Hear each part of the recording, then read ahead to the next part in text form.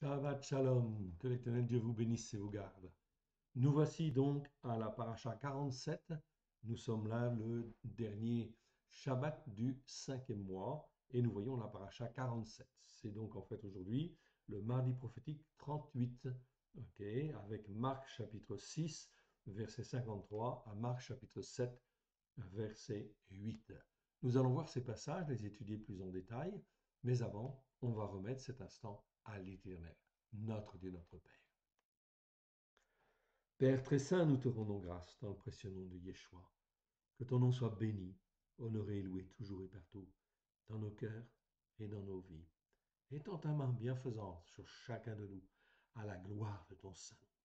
Aide-nous, mon Dieu, mon Père, à te faire plaisir. Forme-nous, façonne-nous, car tu nous as rachetés au prix du sang précieux de ton Fils bien-aimé, afin que nous soyons à toi. Un peuple pour te servir, là où tu le veux et comme tu le veux, à la gloire de ton Saint. Dans les temps qui viennent, oui, Seigneur, tu nous appelles à être tes témoins, nous te rendons grâce. Tes témoins de la vérité, au travers de Yeshua Mashiach, celui qui est appelé le Christ. Aide-nous, mon Dieu, mon Père, à te faire plaisir. Nous voici, Seigneur, corps, âme et esprit, devant toi. Parle, Seigneur, ton serviteur, ta servante, écoute. Amen. Que l'Éternel Dieu vous bénisse et Dieu vous garde. Voyons, si vous le voulez bien, maintenant dans le calendrier pour bien positionner effectivement la vidéo, ok, et l'enseignement. Donc là, nous sommes, comme vous le voyez à l'écran, nous sommes en fait le 5e mois. 5e mois, en fin de compte, après la mort et la résurrection de notre Seigneur Yeshua. Sur la droite, nous avons les Shabbats. Ce mois-ci est un mois, en fin de compte, où il y a 5 Shabbats. Donc on arrive au 5e Shabbat, en bas à droite. Vous le voyez en fait ici. Nous sommes à la 47e paracha, paracha qui s'appelle Ré voix. Et le passage en fin de compte de Marc que nous allons voir dans ce mardi prophétique, c'est donc en fait Marc chapitre 6, verset 53 à Marc chapitre 7, verset 8, comme vous le voyez en fait ici. C'est donc très important. Voyons donc ces passages et analysons-les à la lumière en fait de Yeshua, Hamashiach, celui qui est appelé le Christ. Donc on réduit en fait ici le calendrier et nous arrivons sur le passage de la Torah accomplie, donc de la Brit Hadasha, okay, l'alliance nouvelle. Et ici nous sommes, on le voit dans le passage de Marc chapitre 6 à partir du verset 53. Ok. Donc, voyons ce que nous dit Yeshua dans ce passage. Ok. Donc, ici, à partir du verset 53, lisons.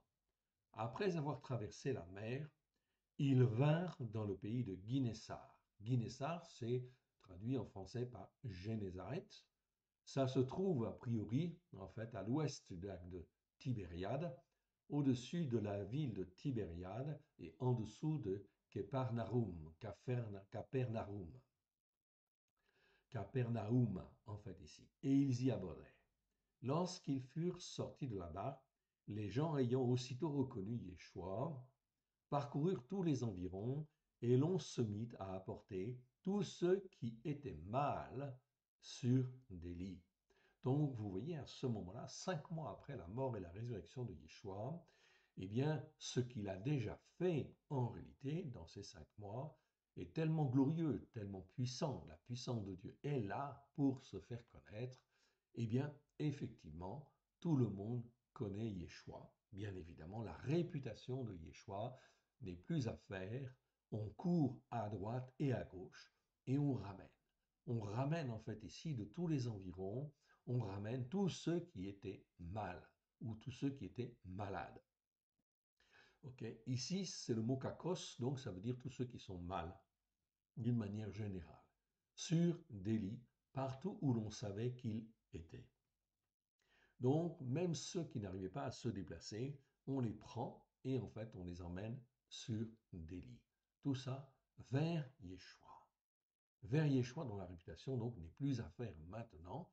Et vous voyez que ça s'est en fait répandu en l'espace en fait de 5 mois. En fin de compte, ici, la puissance de Dieu, ce n'est pas un problème. elle peut se répandre très rapidement si on est dans l'obéissance et la soumission. Voilà, c'est ça qui est très important. L'obéissance et la soumission à l'Éternel Dieu au travers de Yeshua HaMashiach. Si aujourd'hui les campagnes d'évangélisation et tout ce qui a été fait par, entre guillemets, l'Église n'apportent pas en fait le succès escompté, c'est tout simplement parce qu'il y a des problèmes. Il y a des problèmes de malédiction, il y a des problèmes de désobéissance, d'insoumission à la parole de Dieu. Et ça, c'est effectivement extrêmement clair. On va le découvrir petit à petit. En quelques lieux qu'il arrivait dans les villages, dans les villes et dans les campagnes, verset 56, on mettait ceux qui étaient malades, des asténos. Asténo, c'est le verbe asténo en fait en grec, ça veut dire en fin de compte ceux qui sont faibles, ceux qui sont affaiblis, ceux qui sont malades, qui sont en état de faiblesse. Donc c'est un verbe grec qui existe 36 fois dans 35 versets. Tous ceux, on mettait ceux qui étaient malades sur les places publiques. Et il priait afin qu'il puisse seulement toucher une des tzitziot de son vêtement. Tzitziot, c'est un mot hébreu, oui bien sûr. En français, on peut dire en fait frange, oui bien sûr.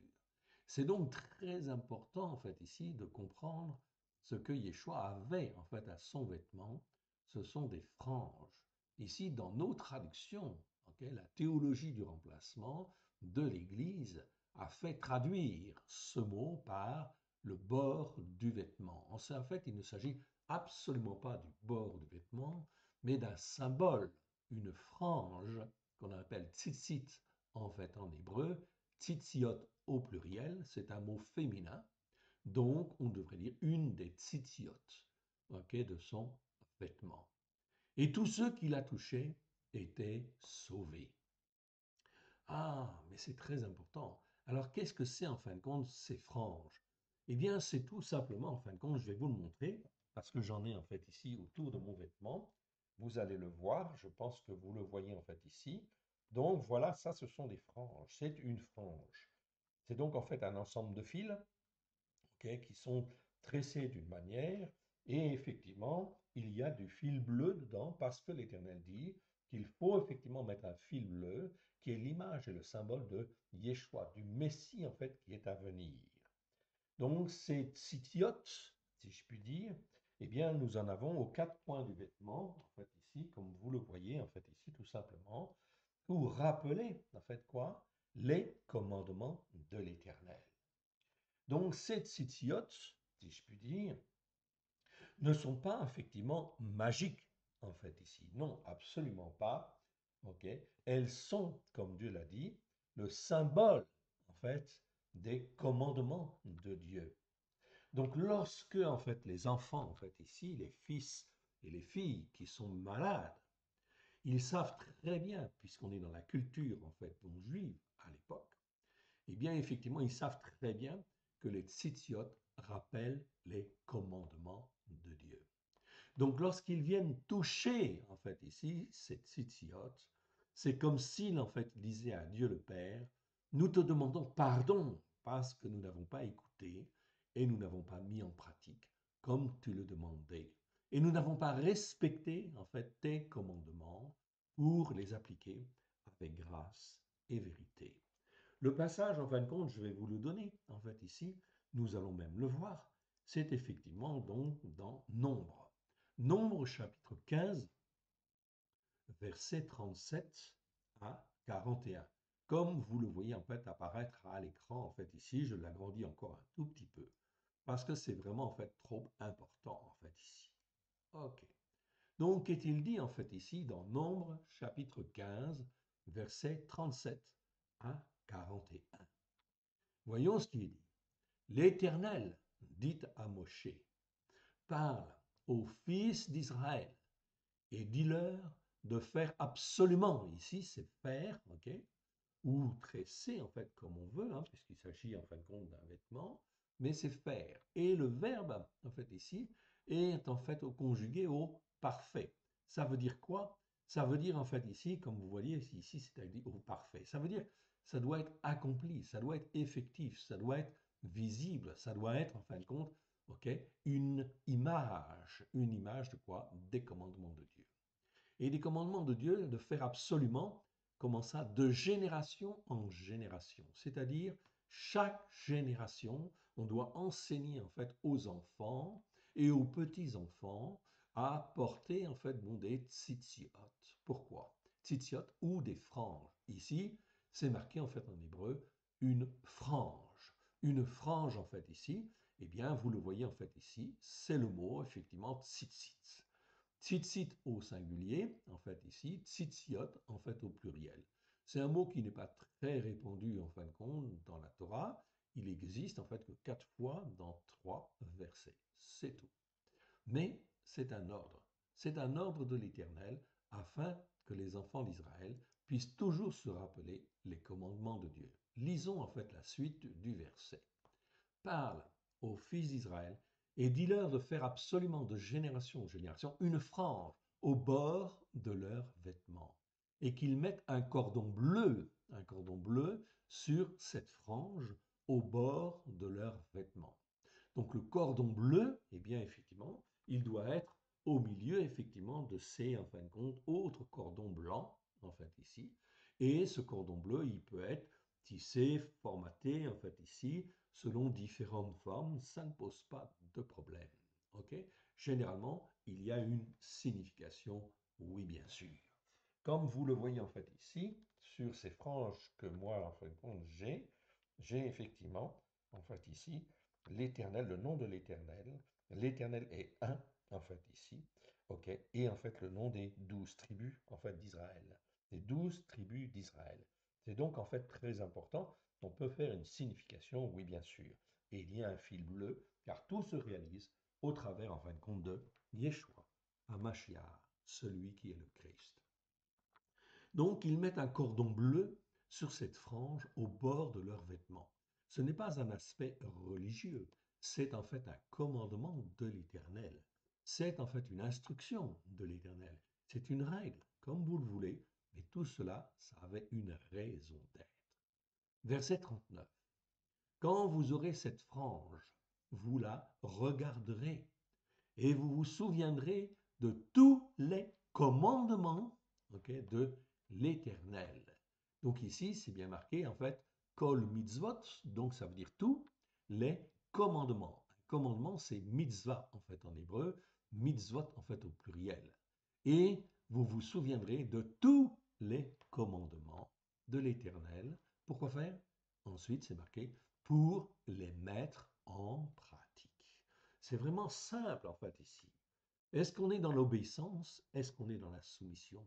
Est-ce que les pasteurs, est-ce que les prophètes, est-ce que les croyants, en fait ici, écoutent la parole de Dieu pour la mettre en pratique comme en fin de compte Dieu le veut? On en est loin.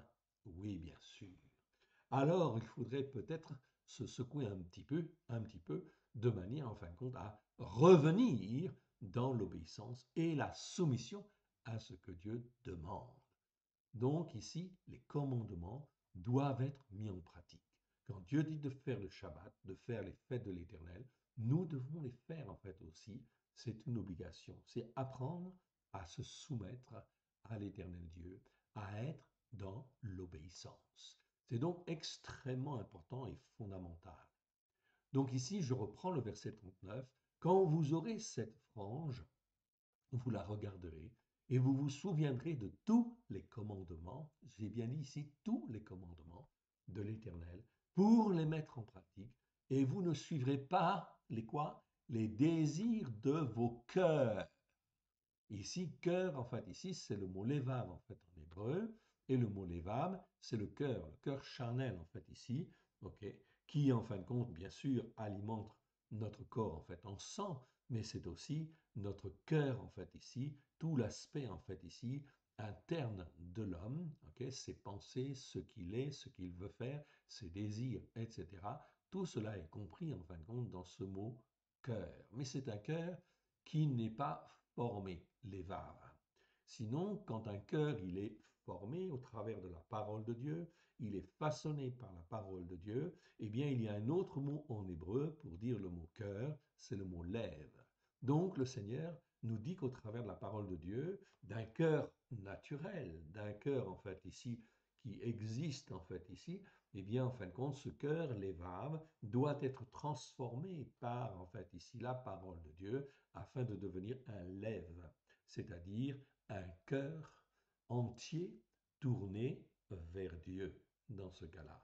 Donc il y a bien une transformation qui doit se faire dans le cœur de l'homme, et cette transformation se fait par la puissance de l'Esprit de Dieu, mais avec la parole de Dieu, la Torah, les prophètes et les psaumes. Voilà pourquoi aujourd'hui, la plupart en fait des croyants, des chrétiens qui se disent croyants, eh bien ne sont pas émondés, bien sûr, dans leur cœur. Ils ont toujours leur cœur tel qu'il était au départ, ou en fin de compte formaté d'une certaine manière, mais pas comme Dieu le veut. Alors, résultat des courses, eh bien, on n'est pas dans l'obéissance, on n'est pas dans la soumission. Voilà pourquoi il y a peu ou pas de signes, peu ou pas de prodiges, oui bien sûr, parce qu'on n'est pas dans l'obéissance. Alors que l'Éternel Dieu veut donner la vie. C'est un Dieu merveilleux. Il est tout-puissant pour donner la vie, pour ressusciter, pour guérir, pour remplir de joie, de paix, d'amour ceux qui écoutent et qui mettent en pratique. Donc ici, et vous ne suivrez pas les désirs de vos cœurs et de vos yeux pour vous laisser entraîner à quoi? L'infidélité. Ici, le mot infidélité, je vous le montre en fait ici, infidélité, eh bien, c'est le mot en fait ici, zana. C'est le verbe en fait ici, zana. Zana qui existe 93 fois dans 93 versets. Ok, il est conjugué en fait ici au cal, c'est-à-dire une forme simple en fait ici. Et en fait, ça veut dire commettre d'adultère, être infidèle, se prostituer. Donc voilà, en fait, ici, c'est excessivement clair.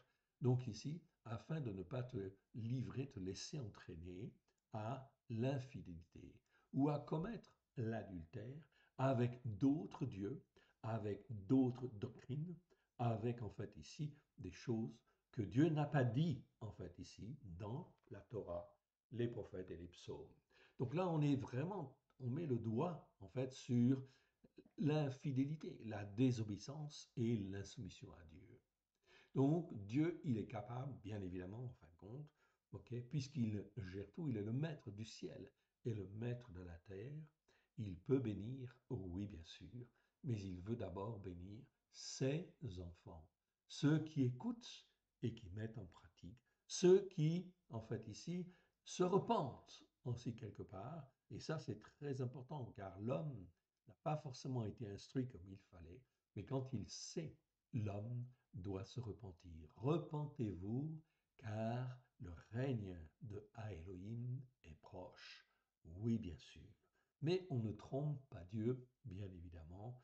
Voilà pourquoi Dieu voit si nous voulons être obéissants, si nous sommes obéissants et soumis, mais il voit aussi si nous sommes capables de devenir obéissants et soumis en fait aussi, bien sûr.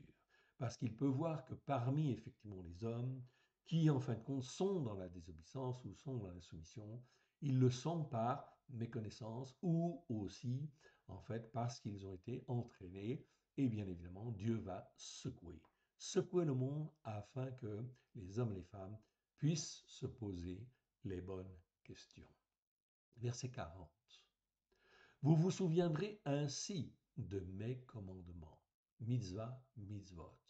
Donc le Seigneur dit, ça c'est signe, c'est vraiment en fin de compte très important. Ce sont des signes en fait d'apparence, non pas pour en fin de compte faire bien, faire joli, faire ceci, faire cela. Non, le but c'est rappeler les commandements de Dieu.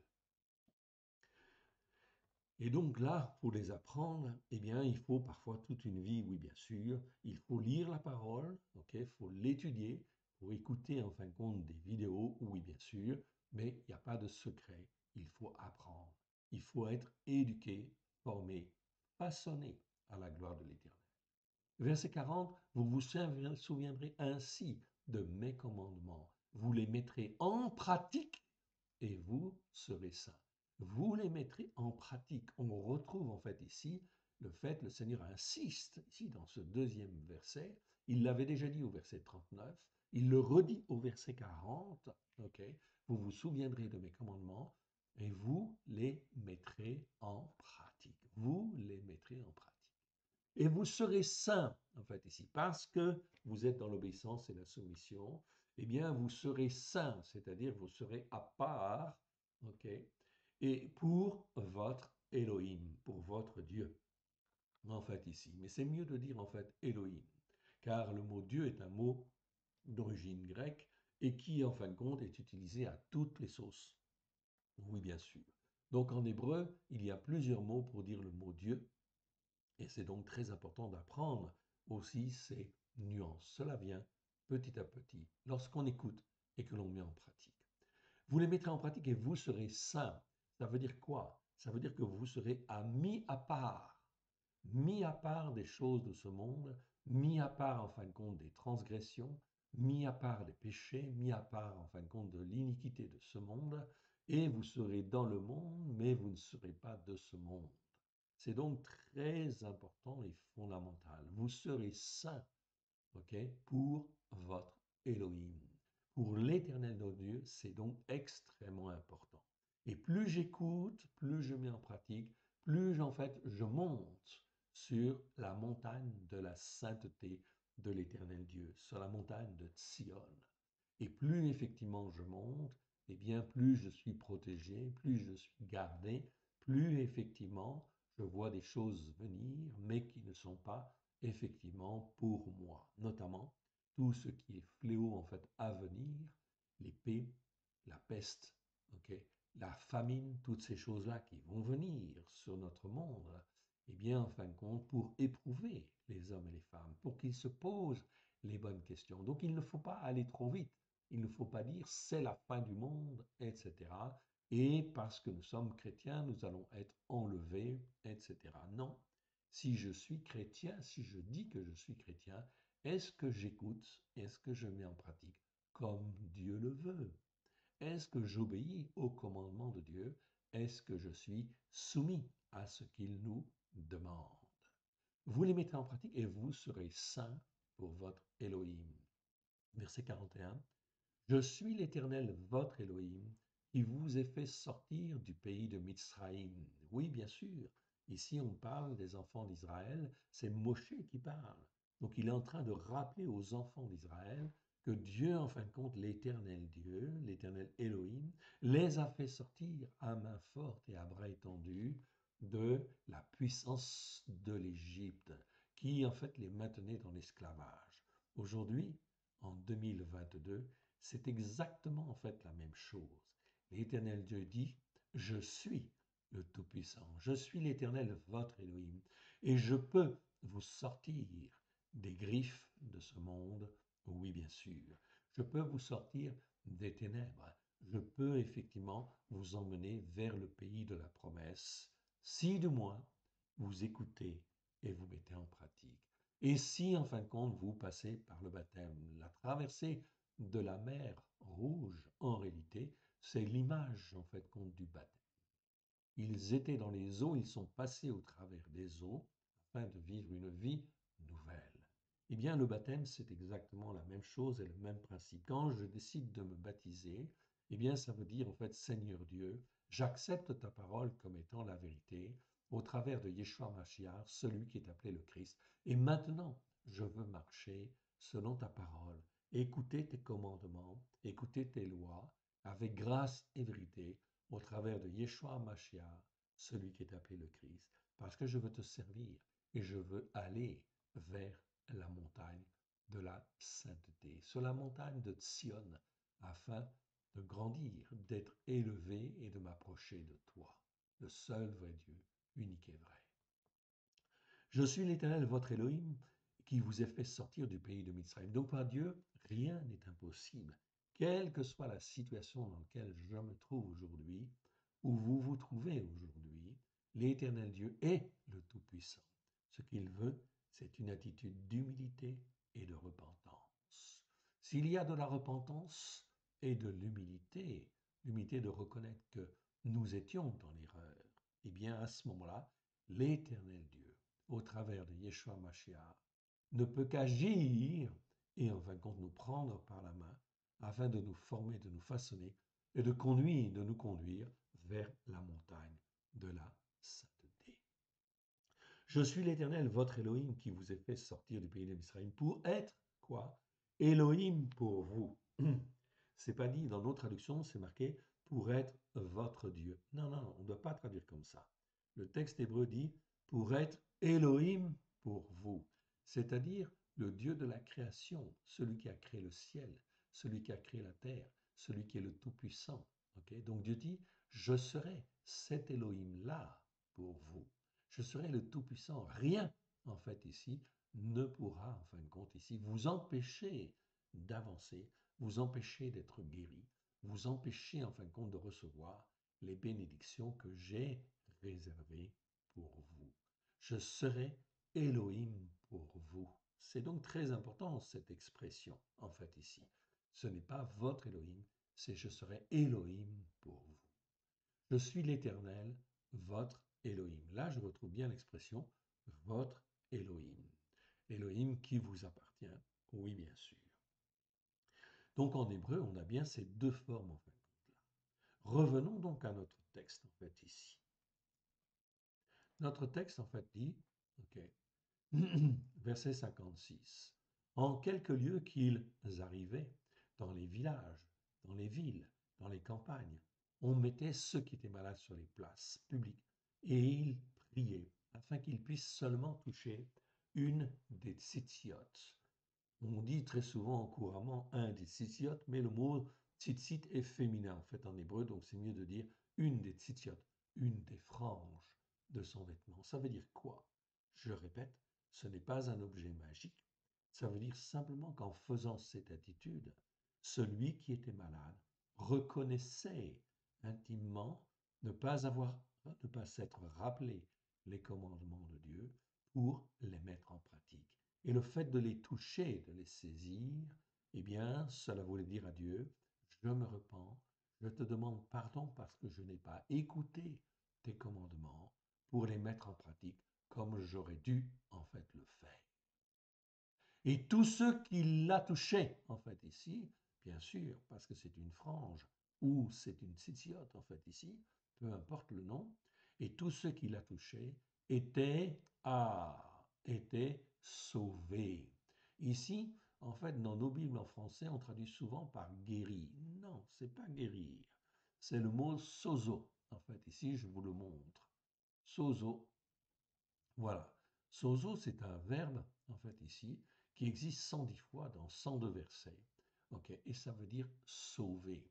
Ça veut dire que parce qu'ils écoutent ou parce qu'ils veulent écouter, en fait, ici, et mettre en pratique, eh bien, ils obtiennent, en fait, ici, le salut éternel.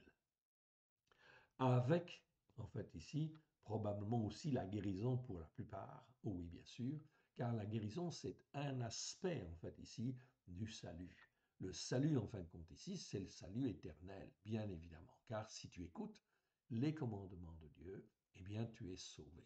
Et parmi les commandements, bien évidemment, se trouve, en fin de compte, ici, le fait de recevoir, en fait, Yeshua dans son cœur et dans sa vie, afin qu'il puisse être sauvé, car c'est par le sang de l'agneau que nous sommes sauvés. Oui, bien sûr, ça fait partie des règles, ça fait partie des commandements de Dieu.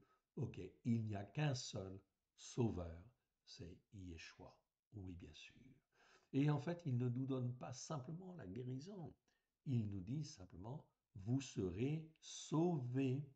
Sauvés, c'est-à-dire que vous avez, en fin de compte, ici, la vie éternelle. L'éternel Dieu donne encore beaucoup plus, en fait, que ce que l'on espérait, en fait, au départ. C'est donc très important ce passage, je le relis, en fait, ici, pour que vous ayez bien, effectivement, à l'esprit. En fait, c'est quelques versets, c'est 5 versets. Ok, 4 versets, pardon. Après avoir traversé la mer, ils vinrent dans le pays de Guinessar et ils y abordèrent. Quand ils furent sortis de la barque, les gens, ayant aussitôt reconnu Yeshua, parcoururent tous les environs et l'on se mit à apporter tous ceux qui étaient mal sur des lits, partout où l'on savait qu'il était.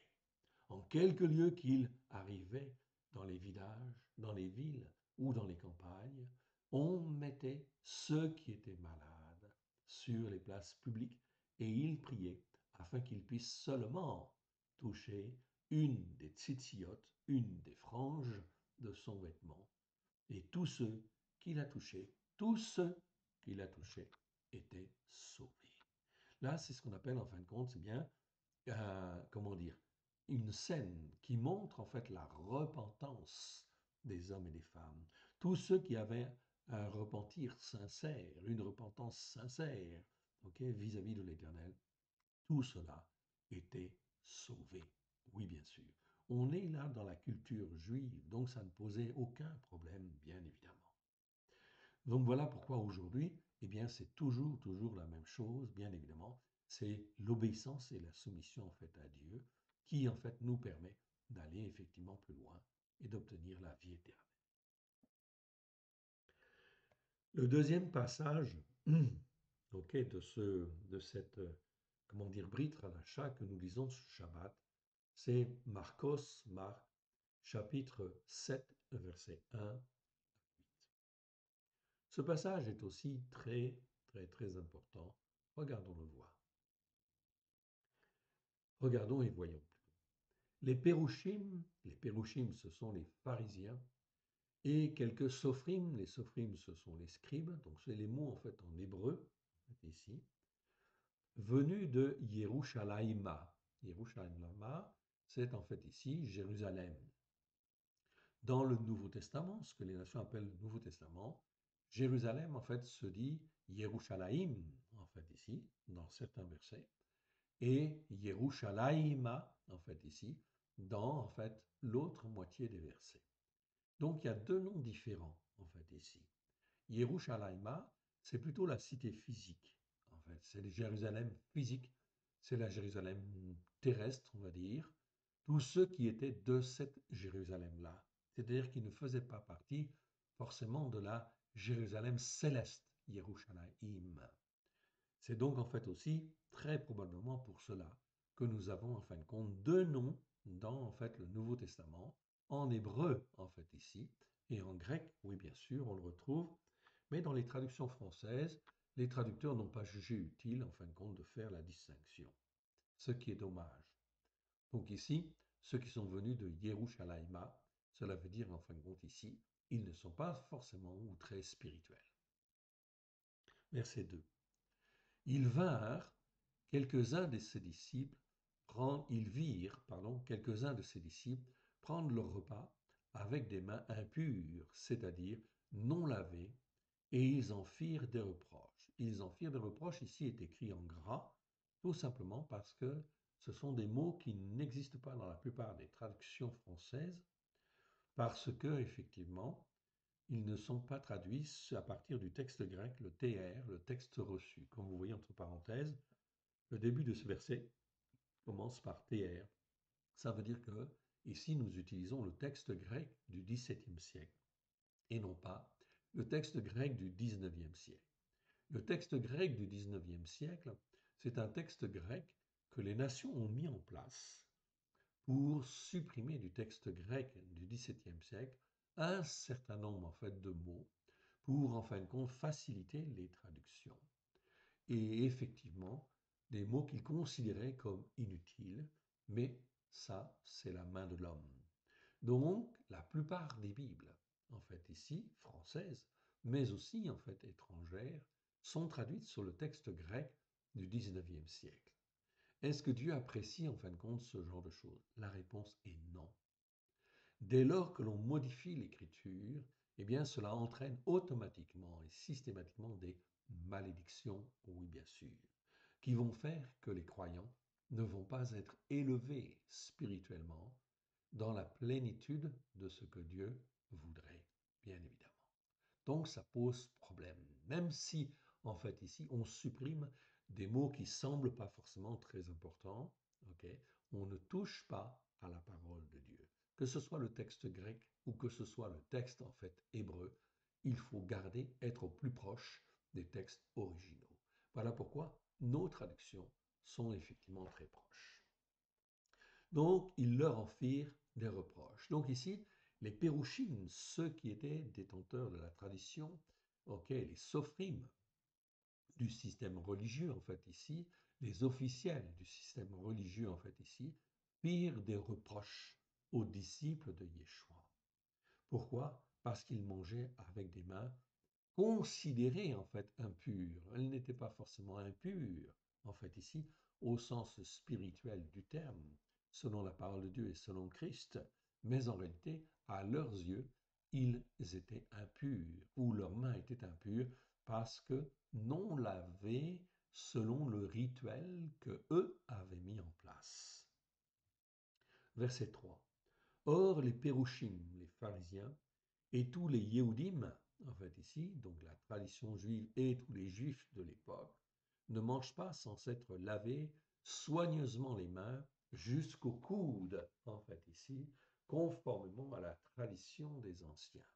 Donc là, on voit qu'il y avait un système religieux qui avait remplacé, en fait ici, la Torah, la parole de Dieu, et qui, en fait, faisait que là, effectivement, il y avait tout un certain nombre de règles qui étaient relativement lourdes, relativement compliquées, et que pour aller manger, eh bien, en fin de compte, il fallait se préparer, mais se préparer d'une manière assez complexe, assez difficile, effectivement. Tout ça avait été mis en place par, en fait, les ékénim, c'est-à-dire les anciens, en fait, ici, de la tradition juive. Donc, toute cette tradition, toute cette religiosité, en fait, ici, était quelque chose de lourd, de pénible, où la plupart des gens passaient leur temps, en fait, à respecter ces lois-là, mais ne s'occupaient plus, en fin de compte, des lois et des commandements que l'Éternel Dieu a donnés. C'est ça qui est très important.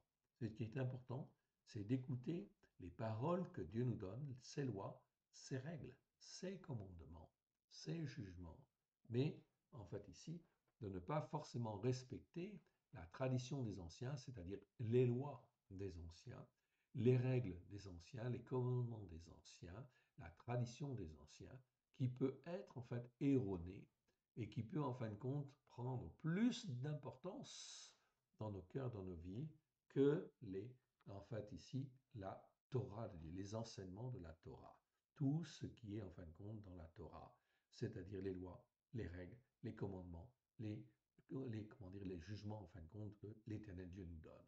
Tout cela en fin de compte est saint en fait ici devant Dieu, est bon et salutaire. Mais les commandements des hommes, la tradition des hommes, est souvent en fin de compte tellement ancrée dans le cœur et la vie des gens que les gens en fin de compte croient être sauvés en écoutant et en mettant en pratique cette tradition. Et là, en fait ici, il y a en fin de compte beaucoup de tromperie. Verset 4. Voyons ce que l'Éternel Dieu en fait nous dit en fait ici au verset 4. Quand ils reviennent de la place publique, alors je vais peut-être même non, je pense que vous voyez suffisamment en fait ici, mais quand ils reviennent de la place publique, ils ne mangent qu'après s'être purifiés et ils ont encore beaucoup d'autres observances traditionnelles comme le lavage des coupes, des cruches, des vases, des reins et des lits. Ok. Des lits, c'est effectivement, comment dire, en gras, tout simplement parce que ça n'existe pas dans le texte grec du 19e siècle et ça existe dans le texte grec du 17e siècle. Donc, peu importe, le texte grec du 17e siècle est celui qui fait référence. Donc, il y a très peu de Bibles françaises qui sont traduites sur en fait le texte grec du 17e siècle. Il y a en fait la David Martin, ok, qui est très ancienne Bible de 1744, et vous avez la Bible de Osterwald, en fait aussi. Tout cela, ces Bibles-là sont traduites sur les textes grecs du XVIIe siècle. Toutes les autres Bibles en français sont traduites sur le texte grec du XIXe siècle. Donc ça entraîne systématiquement une perversion dans les enseignements en fait spirituels qui sont donnés dans les églises ou dans les assemblées. Donc ça, c'est très important à comprendre en fait ici. Verset 5. Alors les pérouchim et les sophrim, les pérouchim, ce sont les pharisiens, et les sophrim, les scribes, lui demandèrent, pourquoi tes disciples ne suivent-ils pas la tradition des équinim, mais prennent-ils leur repas avec des mains non lavées selon effectivement la tradition des anciens. Alors il pose la question en fait à Yeshua. Ok.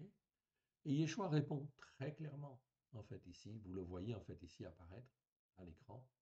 Il répond en fait très clairement. Yeshua leur répondit, hypocrite. Ok.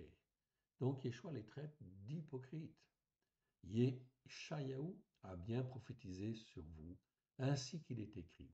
Ce peuple-là m'honore des lèvres, mais son cœur est éloigné de moi. Vous voyez, c'est ça qui est très important dans la tradition des anciens qu'on avait vu tout à l'heure, par opposition en fin de compte aux enseignements de la Torah. Eh bien, dans la tradition des anciens, il y a beaucoup de règles, beaucoup de préceptes. Et les gens passent leur temps à respecter en fait ces préceptes, ces lois et ces règles. Mais leur cœur, en fin de compte, n'est pas en fait ici à l'Éternel. Alors que les disciples sont sur les enseignements de la Torah au travers de Yeshua Mashiach et ils agissent avec le cœur, avec sincérité de cœur. Et c'est ça qui est très important devant l'Éternel. Ce n'est pas en fin de compte parce qu'on observe beaucoup de règles, etc., que l'on va être sauvé. Non, c'est parce que le cœur, en fin de compte, est là, est présent. Ok, donc il dit, c'est en vain qu'il m'honore en donnant des enseignements qui ne sont que des préceptes issus des hommes, tout simplement. Ok. Et verset 8, il dit, vous abandonnez le commandement de Elohim, c'est-à-dire du seul Dieu unique et vrai. Je rappelle que Elohim, Elohim, ça veut dire Dieu, et Elohim, ça veut dire le seul Dieu unique et vrai. C'est donc très important car le mot Elohim existe plus de 3600 fois dans la Torah, les prophètes et les psaumes, et que le terme en fait Elohim avec l'article devant HA n'existe que 374 fois. Mais on s'aperçoit quand on parcourt tous ces versets-là que en fin de compte ceux qui sont attachés à Elohim ne s'attachent pas en fin de compte à aucune autre tradition et à aucun autre Dieu. Oui, bien sûr. C'est le cas de Noé, c'est le cas d'Abraham, c'est le cas de Yitzhak, c'est le cas de Jacob, c'est le cas de tous les prophètes, c'est le cas de David, en fait ici, tous ces hommes-là, de Moshe, etc. Tous ces hommes sont des hommes qui sont attachés au seul Dieu unique et vrai, à Elohim. Donc le Seigneur nous demande de ne pas nous attacher à des pharisiens, de ne pas nous attacher à tous ceux qui ont mis en place, qui sont des anciens, et qui ont mis en place des traditions religieuses qui sont fausses devant l'Éternel, qui n'apportent pas le salut, qui maintiennent les hommes et les femmes quelque part enchaînés, enfermés dans, en fin de compte, une tradition religieuse, mais qui ne sauvent pas parce que le cœur n'est pas là. Voilà donc en fait ici des choses extrêmement importantes. Voilà pourquoi Yeshua dit, vous êtes des hypocrites. Vous abandonnez le commandement de Elohim et vous observez la tradition des hommes en lavant, il insiste en fait ici, c'est encore en fait dans le texte reçu, en lavant des pots, en lavant des coupes, en faisant beaucoup d'autres choses comme celle-là. C'est-à-dire que vous faites faire beaucoup de choses en fait aux hommes et aux femmes, mais en réalité, vous êtes à côté de la plaque. Vous êtes des hypocrites. Hypocrites, en fait, ici, hypocrites, en fait, en grec, c'est en fait hypocrite. Le mot hypocrite ici est très intéressant. Très intéressant, ok, et le mot utilisé par Yeshua. Donc, ici, on va aller le voir. Ok. Le mot, en fait, ici, vous le voyez, en fait, ici, je vous le fais apparaître à l'écran, mais je vais l'agrandir. Je vais l'agrandir pour que vous puissiez mieux voir. C'est donc extrêmement important. Voilà. Ok. Tous les mots hypocrites. Et je vais les agrandir pour que vous puissiez mieux voir. En fait, ici, ce mot-là. Ok. Très important. Hypocrites. Ok. Donc, ce mot hypocrites existe 20 fois dans 20 versets. Ok, c'est un nom masculin, en fait, ici, en grec, c'est un mot grec. Ok, ça veut dire en fait hypocrite, oui, bien sûr. Ou encore, qui joue une comédie religieuse. Quelqu'un qui joue une comédie religieuse. Donc ici, les pharisiens, en fait, ici, et les scribes jouent une comédie religieuse, en réalité, par leurs règles, par leurs commandements, par leurs lois. Ils mettent en place, en fin de compte, un système religieux qui, en réalité, fait jouer une comédie religieuse qui en fait ne mène à rien. Voilà pourquoi Yeshua dit, je vous rappelle ici, le mot hypocrites, qui veut dire jouer une comédie. En grec, ça veut dire jouer une comédie. Donc, on peut dire en fait ici que l'Église catholique, lorsqu'elle n'écoute pas les commandements de la Torah pour les mettre en pratique, elle met en place tout un système religieux qui en réalité n'est qu'une comédie religieuse. Il en est de même des protestants, oui bien sûr, des différentes branches des protestants, car ils n'écoutent pas et ne mettent pas en pratique les commandements en fait de Dieu tels que Dieu les a donnés.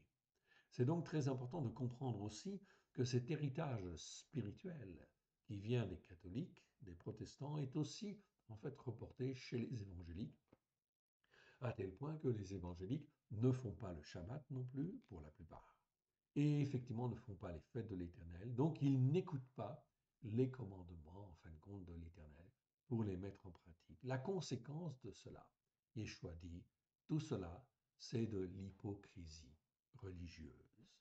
Vous jouez, en fait, l'Éternel Yeshua nous dit ici, vous jouez une comédie religieuse.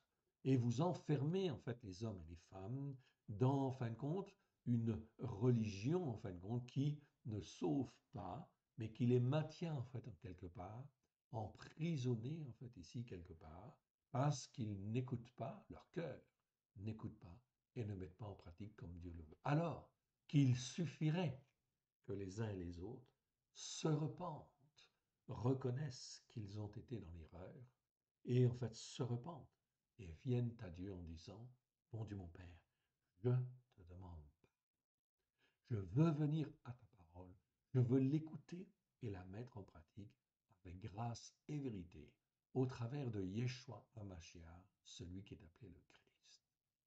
Les 20 versets dans la Louis II et la NEG, vous les avez en fin de compte là.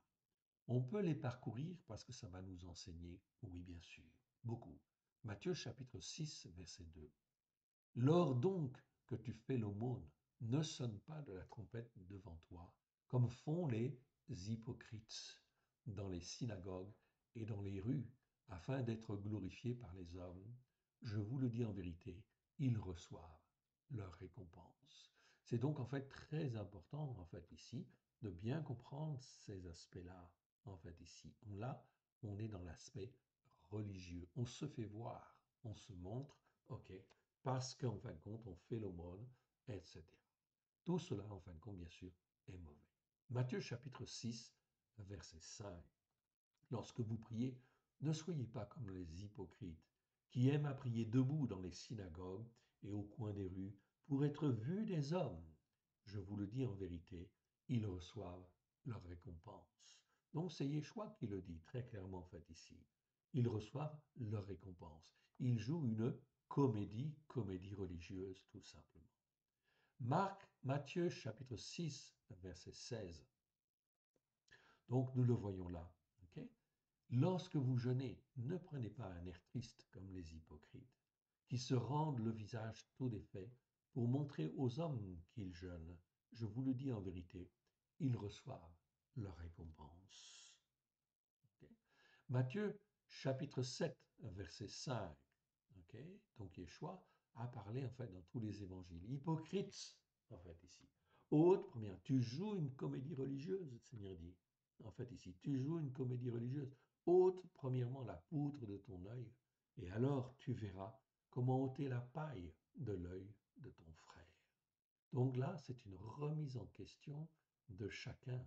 Est-ce que nous sommes, en fait, ici, bien ancrés sur les commandements que l'Éternel Dieu nous donne?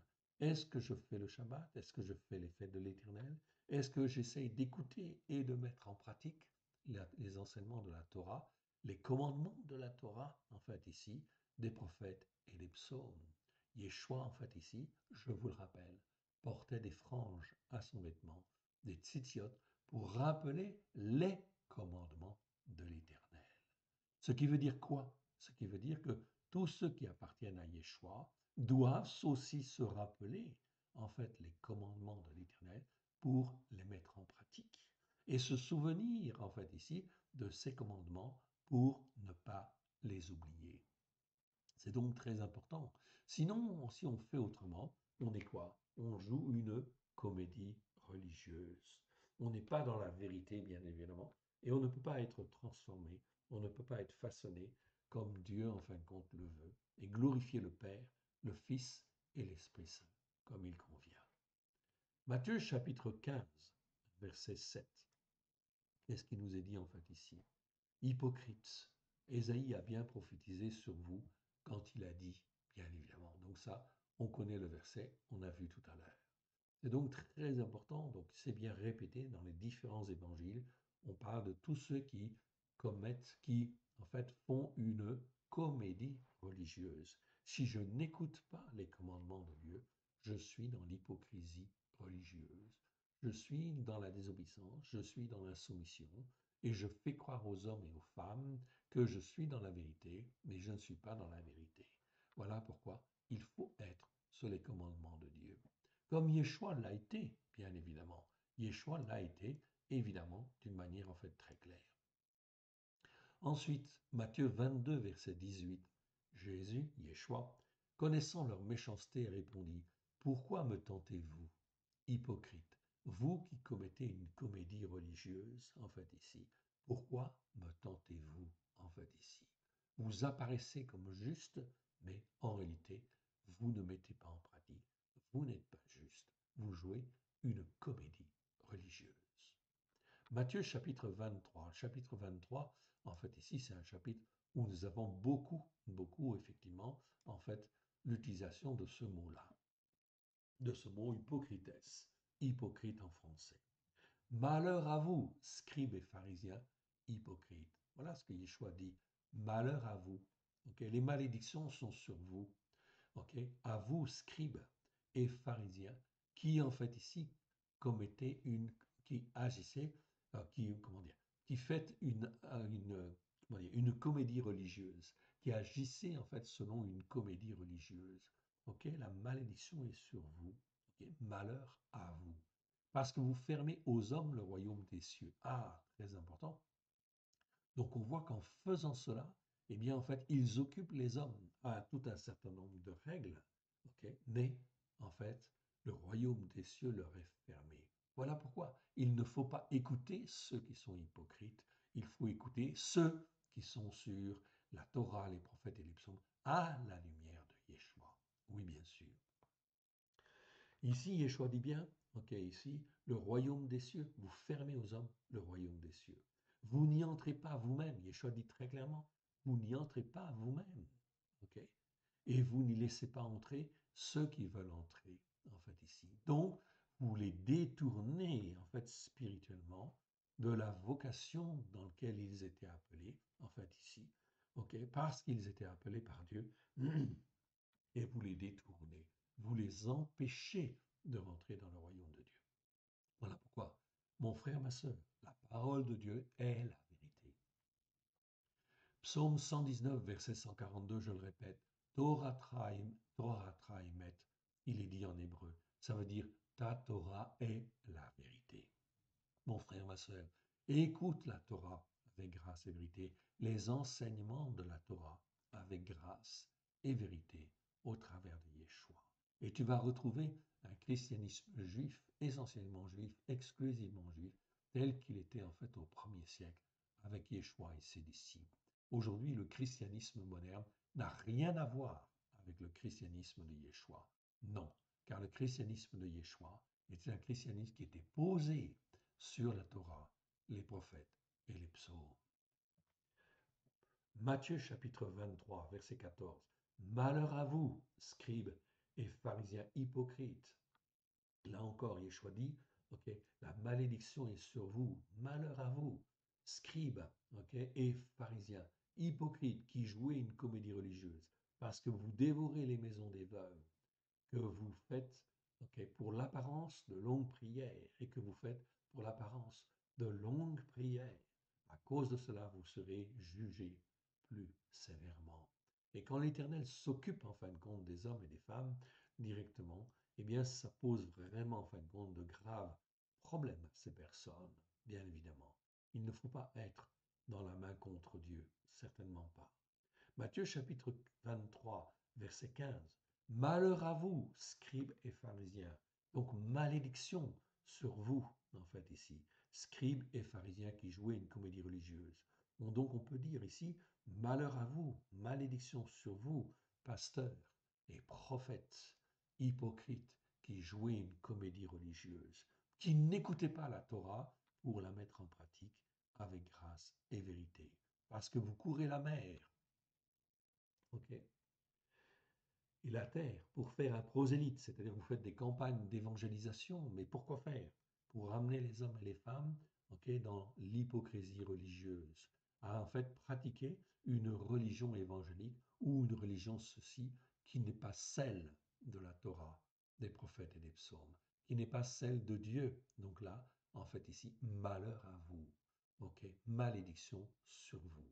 Et quand il est devenu, vous en faites un fils de la gêne, deux fois plus que vous, un fils de la géhenne. Yeshua traite en fait ici tout cela de fils de la géhenne. De la géhenne, c'est-à-dire effectivement en fait de l'emprise de Satan en fait ici, du feu en fait ici. C'est là où le feu brûle, oui bien sûr. Donc on est dans la désobéissance et l'insoumission en fait à l'Éternel. Malheur à vous. C'est donc ici quelque chose de terrible, oui bien sûr. Voilà pourquoi les campagnes d'évangélisation sont de moins en moins en fait efficaces, parce que en fait elles sont toujours dans la désobéissance et l'insoumission. On évangélise en fait ici dans le but en fin de compte ici de faire des prosélytes, de faire des hommes et des femmes qui ne sont pas des vrais croyants, mais qui sont des croyants en fin de compte idolâtres quelque part. Matthieu chapitre 23, verset 23. Malheur à vous, scribes et pharisiens hypocrites, parce que vous payez la dîme de la menthe, de l'ânesse et du cumin. Donc vous respectez en fait ici certaines règles et que vous laissez ce qui est plus important dans la Torah, ok, la justice. Donc ici c'est bien le mot Torah. Dans la Torah on parle justement de la justice, de la miséricorde, de la fidélité en fait ici et de la fidélité. Ce sont des choses extrêmement importantes. La justice, c'est tzedek, mais c'est aussi tzedaka, la justice par la foi. La miséricorde, en fait, ici, eh bien, en fin de compte, ok, c'est la miséricorde de Dieu, raham, en fait, ici. Et la fidélité, bien évidemment, mais bien souvent, c'est le mot vérité qu'on a traduit par fidélité. C'est là ce qu'il fallait pratiquer sans négliger les autres choses. Donc il faut payer la dîme, oui bien sûr. Ok, il faut payer la dîme, il faut faire les offrandes, oui bien sûr. Ça c'est extrêmement important, ne pas les négliger. Mais ce qu'il fallait pratiquer, c'est la justice, ok, par la foi. C'est en fin de compte la miséricorde et c'est la fidélité ou la vérité plutôt. C'est donc là très important en fait ici, fondamental. Il faut se poser les bonnes questions. Sinon, on est dans l'hypocrisie religieuse, dans la comédie religieuse. Matthieu chapitre 23, verset 25. Malheur à vous, scribes et pharisiens, hypocrites, qui jouez une comédie religieuse, parce que vous nettoyez le dehors de la coupe et du plat, et qu'au-dedans, ils sont pleins de rapines et d'intempérance.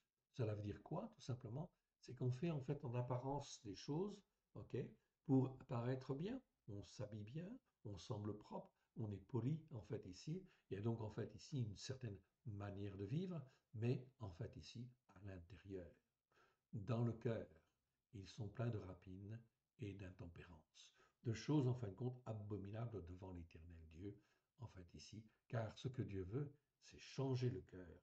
C'est que notre cœur qui au début est un lévave, en fait ici on va dire en hébreu, c'est-à-dire un cœur, je ne vais pas dire un cœur double, mais un cœur avec deux vaves à l'intérieur, c'est-à-dire un cœur qui n'est pas transformé. Eh bien ce cœur, en fin de compte ici, Dieu en fait l'accepte tel qu'il est, si je me repens et si je suis dans l'humilité. Et à ce moment-là, Dieu veut transformer ce cœur, en fait, ce lévave, en lève, c'est-à-dire un cœur façonné, un cœur instruit, un cœur adulte, un cœur mature, à la gloire de son saint nom. Et tout cela passe par une phase, en fait, de formation, d'éducation. Mais au départ, ça commence par la repentance et l'humilité. À ce moment-là, en fait, ici, Dieu forme d'un lévard, d'un cœur non transformé, il veut faire un cœur formé, façonné à la gloire de ton Saint-Nom. Et le prix a été payé au travers de Yeshua Hamashiach, celui qui est appelé le Christ, pour nous racheter. Le rachat de Dieu est plein et entier. À ce niveau-là, nous n'avons aucun problème. Et en fin de compte, par la puissance de l'Esprit de Dieu, l'Éternel Dieu nous forme, nous façonne, afin que nous devenions un cœur pour lui, à la gloire de son Saint. Ok, on continue en fait ici. Malheur à vous, scribes et pharisiens hypocrites, parce que vous ressemblez à des sépulcres blanchis.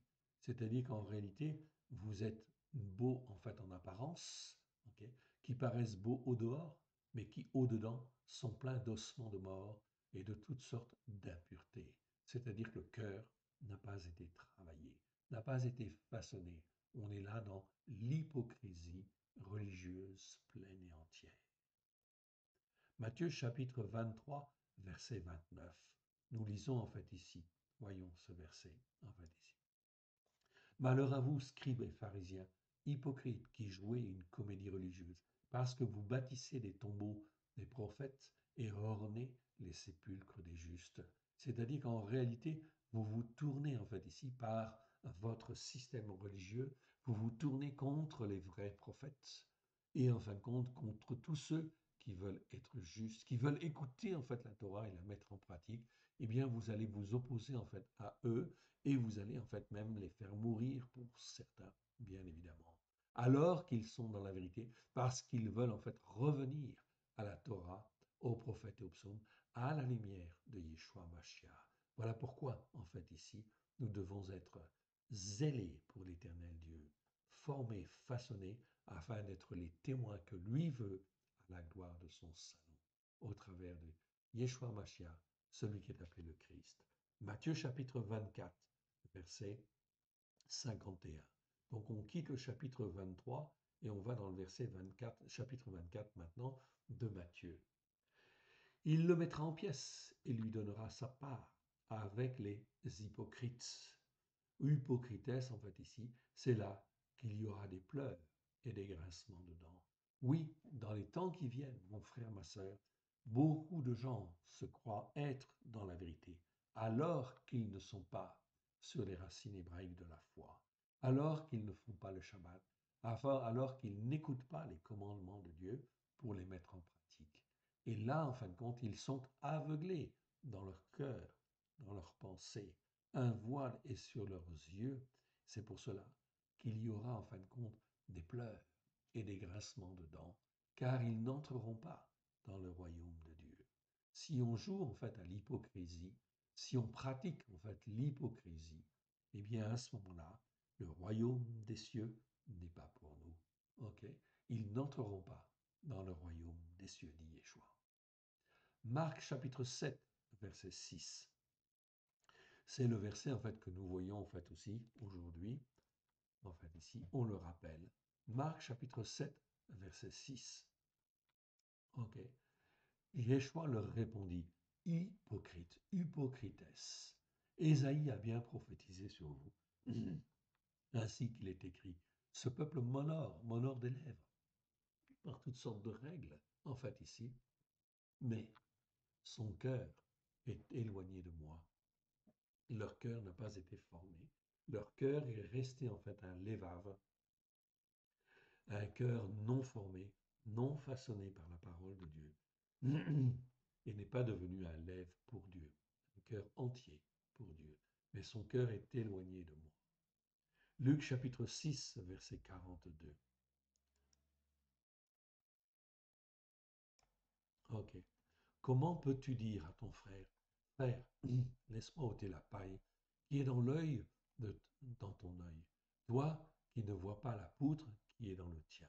C'est exactement en fin de compte cela. Hypocrites, tu joues une comédie religieuse. Ôte premièrement ta poutre de ton œil, et alors tu verras comment ôter la paille qui est dans l'œil de ton frère. Comment mon frère et ma sœur, quelqu'un qui appartient à la théologie du remplacement, qu'il soit en fin de compte catholique, protestant ou évangélique, qui est élevé en fin de compte dans une religion en fait, hypocrite quelque part, qui n'écoute pas et qui ne met pas en pratique la Torah et les prophètes, ok, la Torah, les prophètes et les psaumes, comment cet homme-là peut-il conseiller un autre frère, peut-il conseiller une autre sœur et dire en fin de compte, laisse-moi ôter la paille qui est dans ton œil. Ok, mais c'est impossible. Toi qui ne vois pas la poutre qui est dans le tien. Ok, ils ont une poutre quelque part parce qu'ils sont complètement en fait aveuglés. Ils ne voient pas. Comment en fin de compte leur conseil pourrait-il être juste? C'est impossible.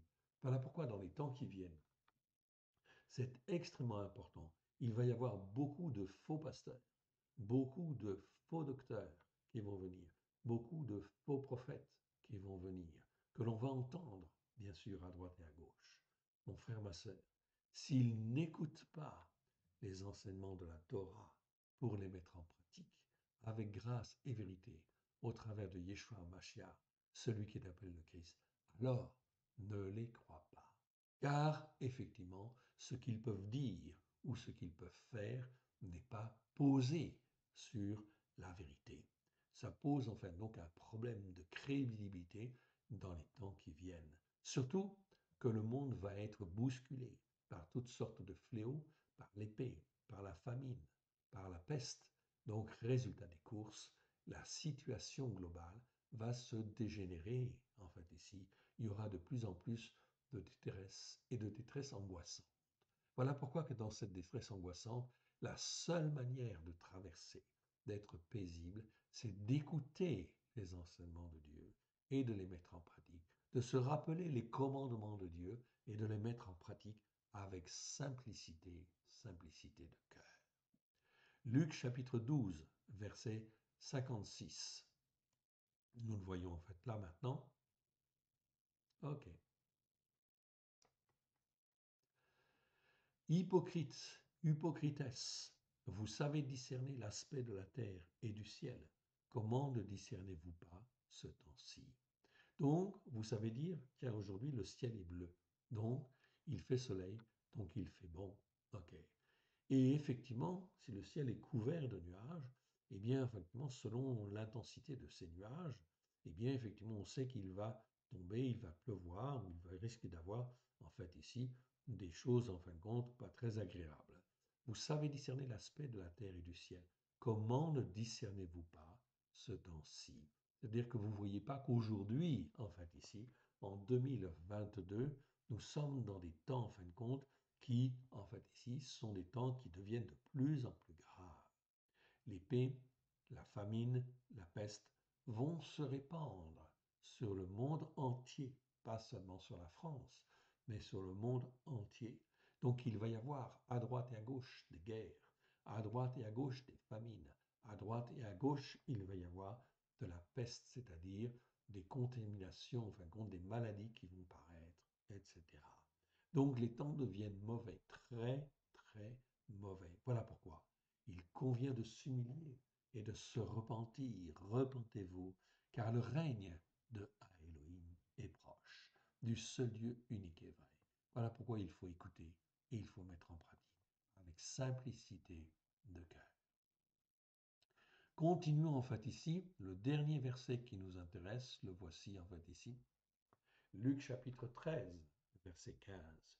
Hypocrites, ok, hypocrite, lui répondit Yeshua, lui répondit le Seigneur. Est-ce que chacun de vous, le jour du Shabbat, ne détache pas de la crèche son âne, ok, son bœuf, et sous son âne, pour le mener à boire?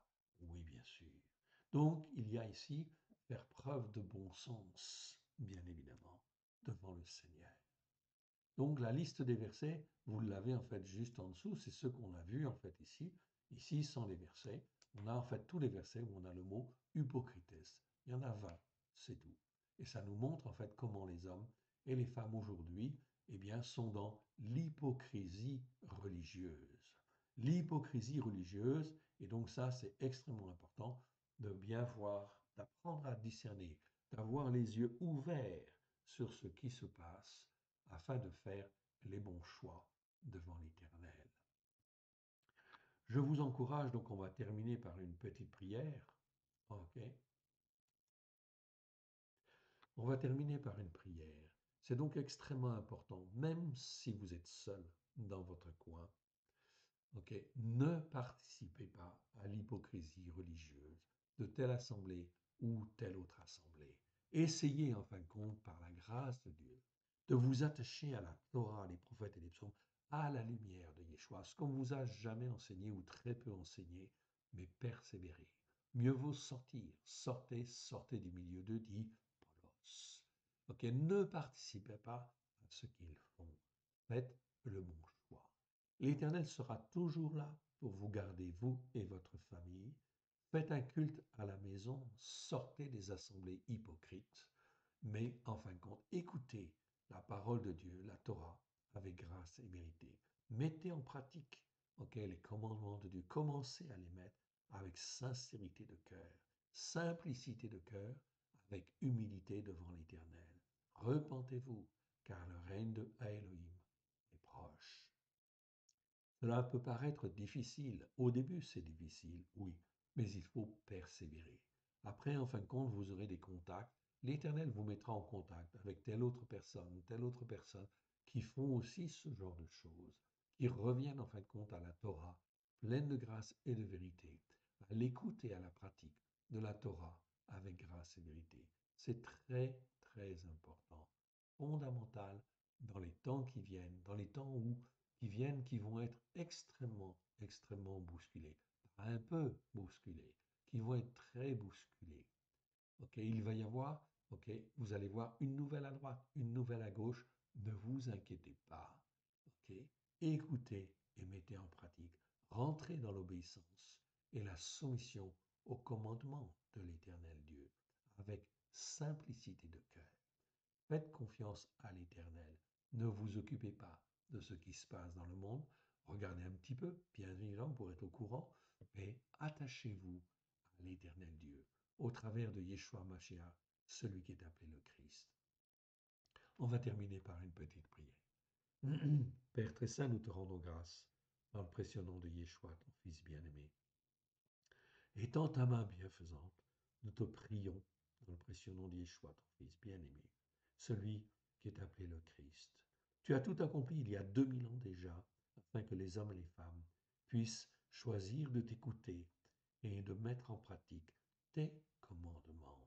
Étends ta main bienfaisante, que par la puissance de ton esprit, tu suscites les uns, tu suscites les autres à sortir du milieu d'eux, sortir en fait des assemblées hypocrites, des assemblées qui n'écoutent pas et ne mettent pas en pratique, qui font comme une comédie religieuse, mais qui ne te servent pas avec sincérité de cœur. Aide-nous, mon Dieu, mon Père, à te faire plaisir. Étends ta main bienfaisante sur chacun de nous, sur nos frères, nos sœurs, sur, en fin de compte, notre famille, à la gloire de ton Saint-Nom. Que nous puissions être formés, façonnés dans les temps qui viennent, afin d'être les témoins de ta vérité, là où tu le veux et comme tu le veux. Et tant ta main bienfaisante, nous sommes à toi, et c'est toi que nous voulons écouter et mettre en pratique, à la gloire de ton Saint-Nom. Et tant ta main bienfaisante sur ton serviteur, ta servante, à la gloire de ton Saint-Nom. Merci, Père. Merci, Yeshua. Merci, Esprit Saint. Amen. Que l'Éternel Dieu vous bénisse et vous garde. Shabbat Shalom à tous.